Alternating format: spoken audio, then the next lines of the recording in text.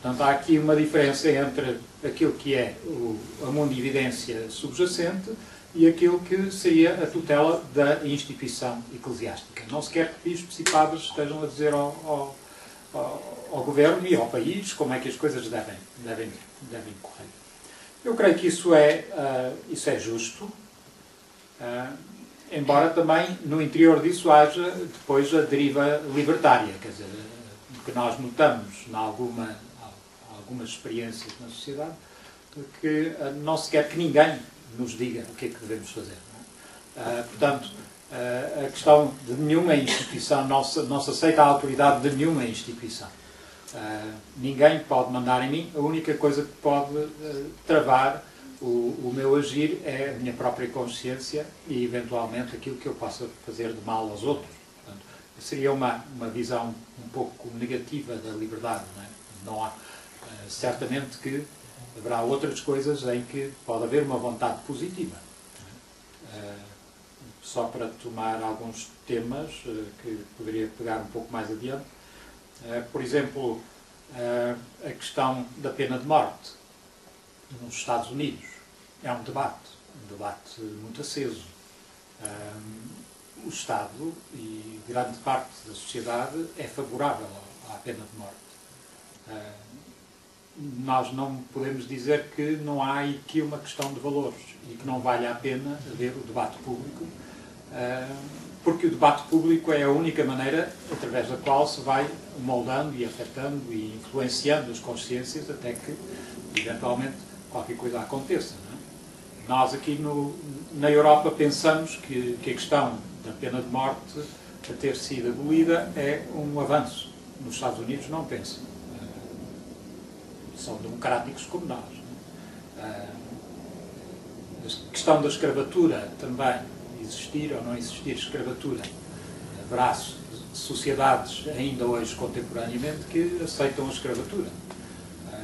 Os escravos não têm voto. Portanto, no sul dos Estados Unidos, como sabem, a Guerra Civil surgiu em grande parte por causa dessa questão. No sul dos Estados Unidos, a escravatura é considerada qualquer coisa que fazia parte do funcionamento da sociedade e acabar com a escravatura põe em causa a economia e não tinha justificação em termos de mundividência. Portanto, há aqui questões de valores que surgem na sociedade e que são mais amplos do que propriamente esta legislação ou aquela legislação e quem é que vai dizer o que é legítimo ou não é legítimo. O problema da legitimidade. Portanto, vamos entrar na questão de algumas dimensões, vou dizê-las rapidamente, em que este problema da presença das comunidades religiosas na sociedade se desdobra. Porque estas comunidades, no fundo, são uma das fontes de legitimação dos valores pelos quais as pessoas se batem.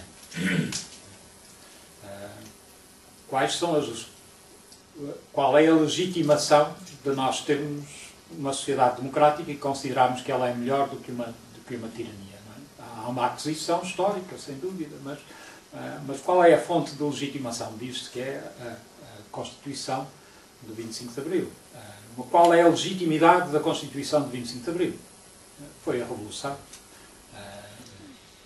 Mas há revoluções que têm um impacto maior e outras que têm um impacto menor. Quando se fala em Moisés sair do Egito com o povo, temos aí um acontecimento cujo impacto provavelmente é maior do que o acontecimento de 25 de Abril.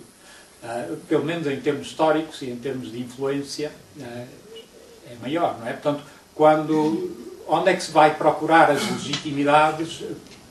De onde é que vem esta palavra de dizer isto é uma tradição que nós trazemos, que foi vivida por estas grandes pessoas, ou pensada por estas grandes pessoas, e que nós devemos questionar, mas sem dúvida questionar com inteligência.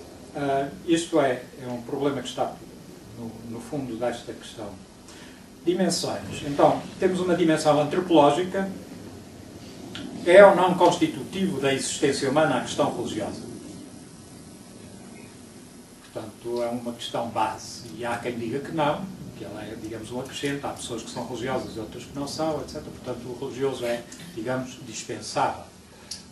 É uma discussão que anda, no caso das nossas sociedades, à volta, ou a partir dessa discussão, vem o problema de deve o Estado garantir ou não capelanias, por exemplo, ou apoio espiritual aos doentes, ou aos presos, ou às Forças Armadas.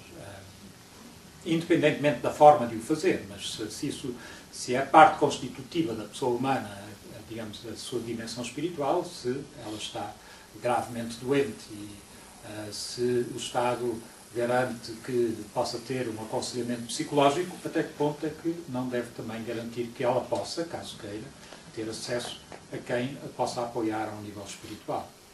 Portanto, essa é a questão de nível antropológico.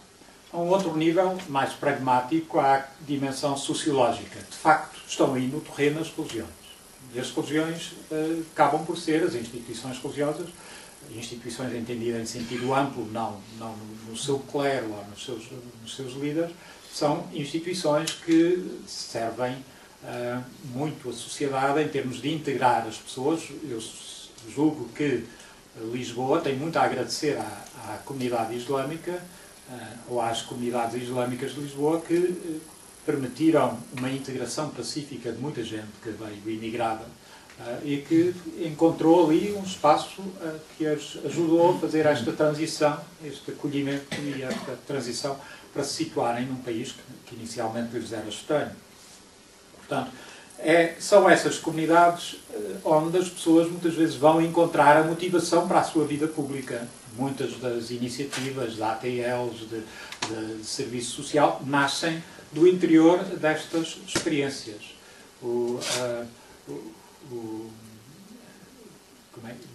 Como é que se chamava? O Judas de Cascais?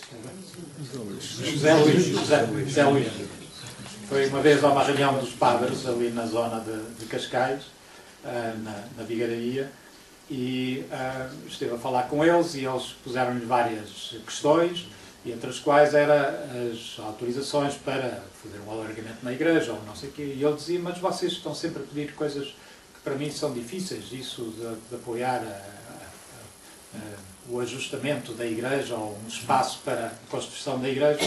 Isso, claro, se vocês me pedissem um centro social ou um espaço, isso seria mais fácil. E os padres responderam: mas para que é que nos serve um centro social se nós não temos as pessoas para trabalharem lá? Quer dizer, e as pessoas para trabalharem lá têm que se congregar em algum sítio e serem motivadas. Portanto, esta experiência que as leva a irem dedicar-se aos outros é experimentada em algum lado, não é? Portanto, e esse lado é, claramente, na sua experiência religiosa. Portanto, há aqui uma motivação que é importante e as sociedades modernas devem ter bem consciência da riqueza do património espiritual e de sabedoria que está presente nestas grandes comunidades. E que o religioso, e eu acredito que o religioso faz parte antropologicamente da constituição humana, o religioso, quando não é devidamente orientado, pode ser perigoso, pode ser destrutivo da pessoa humana e, portanto, mais vale termos algumas grandes tradições que já deram provas ao longo dos séculos e têm um património de sabedoria, do que algumas formas que nós temos visto, às vezes aí nas notícias, de formas estranhas de religiosidade, desde os Bin Ladens aos senhores que se suicidam coletivamente. Portanto, são realidades que essa pulsão religiosa, em que essa pulsão religiosa se manifesta.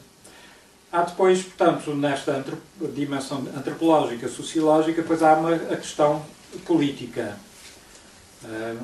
exatamente onde passa esta influência de comunidades que, sem dúvida, pelo facto de elas pegarem em valores, ou de transmitirem valores, de elas darem uma mundividência, acabam por ter um grande impacto na vida dos seus fiéis. E isso, para o poder político, surge sempre como qualquer coisa de ambivalente.